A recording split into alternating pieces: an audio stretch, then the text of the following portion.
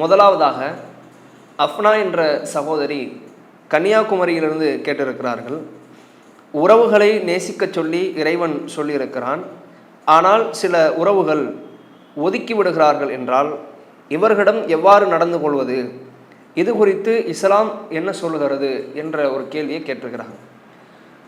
இந்த கேள்வியை பொறுத்த வரைக்கும் பொதுவாகவே இன்றைக்கு இருக்கிற இந்த உலகத்தில் பெரும்பான்மையான குடும்பங்களுக்கு மத்தியில் பிரச்சனைகளும் சண்டனைகளும் உறவு முறிதலும் ஏற்பட்டு ஏராளமான மனிதர்களுடைய உள்ளங்களில் சங்கடங்கள் நிறைந்திருப்பதை நாம் காண முடிகிறது. உறவு பிரிதலுக்கு என்ன காரணம் என்பதை நாம் ஆய்வு செய்வதை தாண்டி ஏராளமான காரணங்கள், உறவு பிரிவதற்கு ஏராளமான காரணங்கள் இருந்தாலும் கூட இஸ்லாம் உறவு பிரிவதை குறித்து என்ன சொல்லுகிறது? நாம் ஏற்றிருக்கிற இந்த இஸ்லாமிய மார்க்கத்தை பொறுத்த வரைக்கும் எல்லா விதமான சட்டங்களுக்கும் மனிதர்களுடைய பிரச்சனைகளுக்கும் தீர்வு சொல்லக்கூடிய ஒரு மார்க்கம்தான் இந்த இஸ்லாமிய மார்க்கம். எந்த பிரச்சனைகளை எடுத்துக்கொண்டாலும் அதற்கு இலகுவான முறையில் மனிதர்கள் அழகாக விளங்கி கொள்ளக்கூடிய சட்டத்திட்டங்களை தான் இஸ்லாம் வரையறுத்து வைத்துள்ளது. உறவுகள் குறித்த இந்த சந்தேகங்கள், உறவுகளுக்கு மத்தியில் ஏற்படுகிற பிளவுகள் குறித்த ஏராளமான கேள்விகளுக்கு இஸ்லாம் அழகிய முறையில் பதில்களை சொல்வதை பார்க்கிறோம். நாம் பிறரிடத்தில் எவ்வாறு நடந்து கொள்ள வேண்டும், தாயாக இருந்தால் அவர்களிடத்தில் எப்படி நாம் உறவை பேண வேண்டும், தந்தையாக இருந்தால் அவரை நாம் எந்த இடத்தில் வைத்து பார்க்க வேண்டும், சகோதர சகோதரிகள், மகரமான உறவு, மகரம் அல்லாத உறவுகள், இது போன்ற ஏராளமான உறவு முறைகளை நாம் எப்படி பேண வேண்டும் என்கின்ற ஒரு வரையறையை இஸ்லாம் நமக்கு அழகான முறையில் சொல்லி தந்திருக்கிறது. ஒரு குடும்பத்தார் மற்றொரு குடும்பத்தோடு உறவில் இருக்கிற போது, இரக்கமாக இருக்கிற போது, இப்போது இஸ்லாம் அவர்கள் குறித்து என்ன சொல்லுகிறது? ஒருவர் அந்த தன்னுடைய இரத்தபந்த உறவோடு நீட்டிப்பதால் அவருக்கு என்ன நன்மை இருக்கிறது, அல்லது அவர் அதை விட்டு விலகிச் செல்வதால் அவருக்கு என்ன தீமைகள் இருக்கிறது என்கின்ற முழு சட்டத்திட்டங்களையும் இஸ்லாமிய மார்க்கம் தெள்ள தெளிவாக எடுத்து சொல்லி இருக்கிறது. ஒருவர் இந்த உலகத்திலே வாழுகிற போது அவர் ஒரு மனிதரை சார்ந்திருக்கக்கூடியவராக இருக்கிறார். தாயையோ தந்தையோ பிள்ளைகளையோ பெற்றோரையோ அதே போன்று தன்னுடைய சகோதர சகோதரிகளையோ அல்லது கணவன் மனைவியையோ மனைவி கணவனையோ சார்ந்து இருக்கக்கூடியவர்களாகத்தான் இன்றைக்கு இருக்கிற மனிதர்கள் இருக்கிறார்கள். அப்ப இப்படி இருக்கக்கூடிய இந்த நேரத்தில் ஒருவரை ஒருவர் சார்ந்திருக்கிற மனிதர்கள், அதன் மூலம் அவர்கள் பெறுகிற இறைவன் புறத்திலிருந்து அவர்களுக்கு கிடைக்கிற நன்மைகளும் வெகுமதிகளும் என்ன என்பதை அறிந்து கொள்ள வேண்டும். இன்றைக்கு இருக்கிற பெரும்பான்மையான பிரச்சனைகள், குடும்ப பிளவுகள் சில வார்த்தைகள் மூலமாகவும் சில செயல்பாட்டுகள் மூலமாகவும் ஏற்படுகிறது. ஒருவர் சில சொற்களை சொல்லிவிடுவார் அல்லது தவறுதலாக பேசியிருப்பார். அதற்கு வீட்டில் இருப்பவர்கள் கோபம் கொண்டு அவரை அந்த உறவிலிருந்து விலக்கி வைத்து விடுவார், குடும்பத்திலிருந்து ஒதுக்கி வச்சிருவாங்க, நல்லது கெட்டதுக்கு சேர்க்க மாட்டாங்க. அப்போ இந்த உறவு குறித்து இஸ்லாம் என்ன சொல்லுகிறது என்ற கருத்தை நாம் அறிந்து கொள்வதற்கு முன்பாக இஸ்லாம் இந்த உறவை எந்த அளவிற்கு வலியுறுத்துகிறது, உறவு பேணுறதுல என்ன நன்மை இருக்குது, நான் ஒரு சகோதரனாக ஒரு தாயாக தந்தையாக அப்படி நான் உறவை பேணி இருப்பதா எனக்கு என்ன நன்மை கிடைக்கிறது என்று நாம் திருமறை குர்ஆனையும் நபிகளாருடைய பொன்மொழிகளையும் அணுகுகிற போது ஏராளமான அற்புதமான வசனங்களும் செய்திகளும் கிடைக்கிறது. அதில் முதலாவதாக நீங்கள் பார்க்கலாம், சஹீஹ் புகாரியிலே 5986வது இலக்கத்தில் பதிவு செய்யப்பட்டிருக்கிறது. மன் அஹப்ப அய்யுபஸத லஹு ஃபி ரிஸ்கிஹி, யாருக்கு தன்னுடைய வாழ்வாதாரத்திலே பரக்கத் செய்யப்பட வேண்டும் என்று ஆசைப்படுகிறாரோ, வயுன்ஸ லஹு ஃபி அஸ்ரிஹி, தன்னுடைய வாழ்க்கையினுடைய வாழ்நாட்கள் நீட்டிக்கப்பட வேண்டும் என்று யார் ஆசைப்படுகிறார்? ரெண்டு ஆசை மனுஷனுக்கு. ஒன்னே பொருளாதாரம் கிடைக்க வேண்டும் என்ற ஆசை எல்லோருடைய உள்ளத்திலும் உண்டு. காசு பணம் கிடைச்சிடாதா, அல்லாஹ் பொருளாதாரத்தை தந்துட மாட்டானா, அதிகமான பொருளாதாரம் கொண்டு இந்த உலகத்தில் வாழ்ந்துட மாட்டேனான்ற ஆசை ஒன்று. ரெண்டாவது ஆசை என்ன? எனக்கு வாழ்நாட்கள் நீட்டிக்கப்பட்டு விடாதா, ஒரு 50 வயசு வரை வாழ்றானு ஒரு 60-70 வரை வாழ்ந்துடக்கூடாதா, ஒரு 70 வரைக்கும் வாழ்றாரு ஒரு 80 வரைக்கும் வாழ்ந்துடக்கூடாதா என்ற ஆசை மனிதனுக்கு இருக்கத்தான் செய்யும். இது யதார்த்தமான ஒன்று. அல்லாஹ்வுடைய தூதர் அப்படித்தான் சொன்னார்கள். மனிதனுக்கு 2 ஆசைகள் கூட சேர்ந்து பயணிக்கிறது. பொருளாதார ஆசை, வயசு ஆசை. நாள் நீடிக்கப்பட வேண்டும், அப்படி நாள் போயிட்டே இருக்கட்டும் என்ற ஆசை மனிதனுக்கு உண்டு.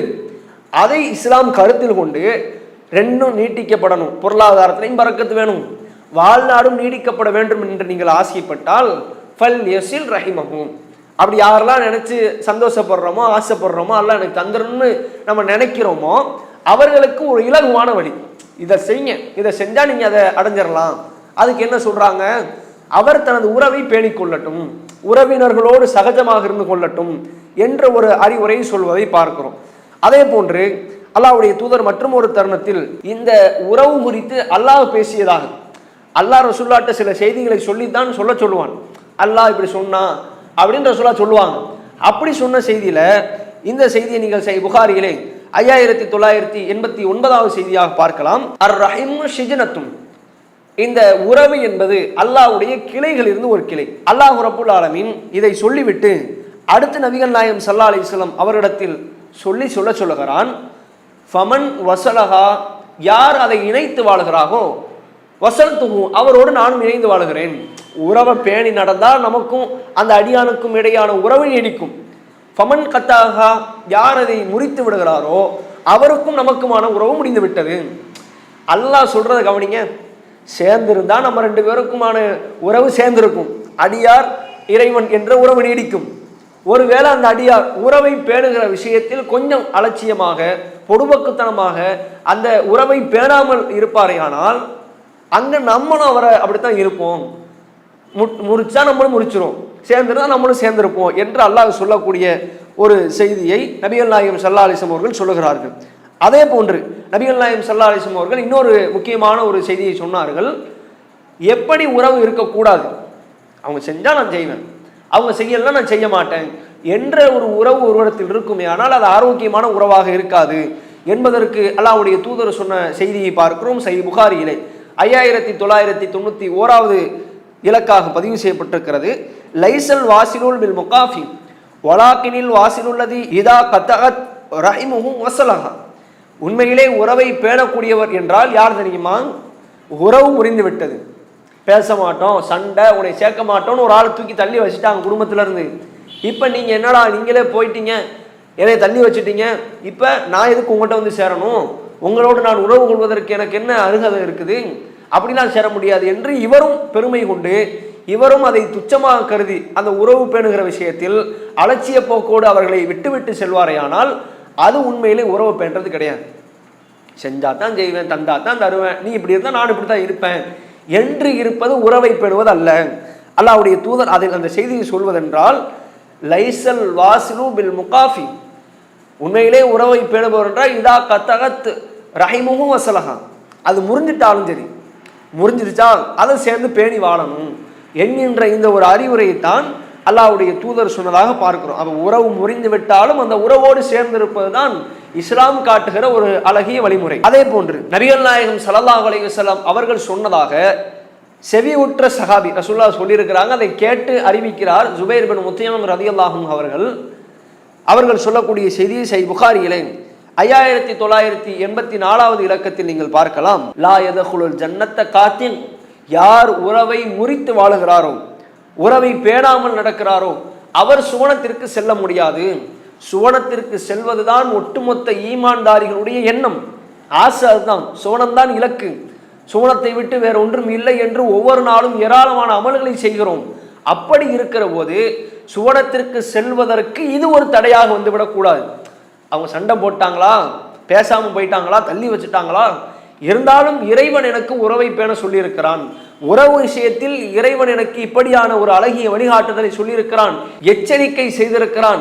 எனவே யார் என்னை உறவில் பிரித்து வைத்தாலும் சரி அந்த உறவை நான் பேணுகிற விஷயத்தில் மிக கவனமாக இருப்பேன் என்பதை நாம் உள்ளத்தில் ஆழமாக வைத்து எந்த அளவிற்கு உறவு நம்மிடத்திலிருந்து விலகி சென்றால் அவர்களோடு பேசுவது, அவர்களோடு தொடர்பில் இருப்பது, அவர்களை விட்டு நாம் விலகி விடாமல் என்னால் முடிந்தவரை நான் இந்த அளவுக்கு உறவை பேணுவதற்கான வாய்ப்புகளை ஏற்படுத்த முடியுமோ அந்த அளவுக்கு ஏற்படுத்திடணும். அவங்களும் போயிட்டாங்க நானும் இப்படி தான் இருப்பேன்னு நம்ம விலகி இருக்கிறது இஸ்லாம் காட்டித்தரக்கூடிய ஒரு வழியாக இருக்காது, அது சரியான ஒரு நடைமுறையும் அல்ல என்பதை இந்த கேள்விக்குரிய பதிலாக சொல்லிக் கொள்கிறோம். இஸ்லாம் மற்றும் சமுதாய செய்திகளை அறிந்து கொள்ள தமிழ்நாடு தௌஹீத் ஜமாஅத் யூடியூப் பக்கத்தை உடனடியாக சப்ஸ்கிரைப் செய்து கொள்ளுங்கள். மேலும் பெல் பட்டனையும் கிளிக் செய்து கொள்ளுங்கள்.